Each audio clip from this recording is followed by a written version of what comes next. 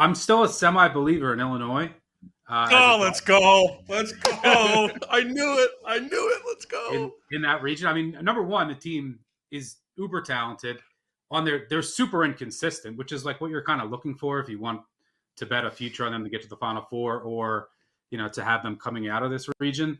But they've ran so poorly from 3-point range over the past month and a half. Teams have shot like 43% from three against them, so there's some looming regression there. But they also dealt with all the illnesses and just weren't healthy, so their analytical profile is definitely suppressed. So when healthy, this team could play with anyone, and if they were healthy all year, they'd probably be like a 3 seed. So I can see them. Could they beat Tennessee? I think absolutely. My kind of macro view of the tournament moving forward is, just judging based on last year and the new landscape of college basketball and college football for that matter, in the new transfer portal era and NIL, is that the gap between the top and the bottom is going to continue to grow. But I think parity at the top will also grow. And what that means is I think the first round will be fairly chalky, and then we'll get better. The tournament will be even better as it progresses.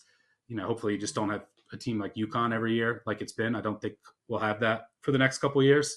So we might see chalky first rounds moving forward. And if you look historically, just from a metrics perspective, this is the widest the gaps have ever been between the 1s and the 16s, the 2s and the 15s, the 3s and the 14s. So maybe there's not a ton of upsets. I would say a 13. We get 1-13 that wins. And then I'd say there's like a 30% chance we get a 14 that wins. I don't see any 15s that win, but whoever does, right? I'm sitting here saying like I can't see any 15s that win, but that means one of them probably will. But I do think that gap is growing. Two teams that I think are vulnerable, and I'll stick to like a 13 through 15 seed line. Yale. I tweeted out I have a Texas A&M Final Four future from way back. I tweeted out that morning, once Yale won, Texas A&M does not want to see this team. And of course, like the second matchup they show was Yale, Texas A&M. And the reason for that is Yale's very, very good in the defensive glass, like top 20 nationally. Now you can point to and Texas A&M is obviously the best offensive rebounding team in the country. You could point to the fact that Yale played a soft schedule, blah, blah, blah. But they pack it in. They crash the glass. They do have size. They held their own last year against Auburn. Go back to 2016 when they upset Baylor. Baylor was an elite offensive rebounding team, top 5 in the country. Yale had 28 defensive rebounds in that game. They can hold their own in that department. They pack it in. They force you to shoot from 3. Texas A&M can't shoot it. So now what I'm a bit worried about is just they played Sunday, getting shipped out west in altitude. They don't have great depth. Wade Taylor draws fouls. That front court is physical. They need their big man, Alaton, to stay out of foul trouble. They need Mbang. Their point guard is a really good defender who they can stick on Taylor. They need him to stay out of foul trouble. So the whistle's going to be key to watch there, and the depth of A&M.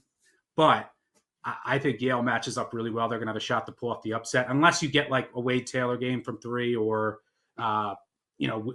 Wiltshire comes in and hits a bunch of threes.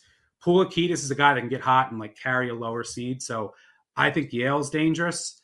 And unfortunately, I have to say this, Kentucky is potentially, if you're going to get a little crazy with a 14, Kentucky just profiles a team that could get upset. All offense.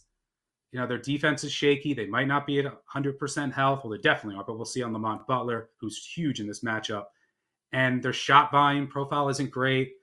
They play a Troy team that's long, great point guard in Conaway. They switch up defenses. They'll press, they'll zone, they'll man. Now, they can't shoot a lick, and Kentucky can.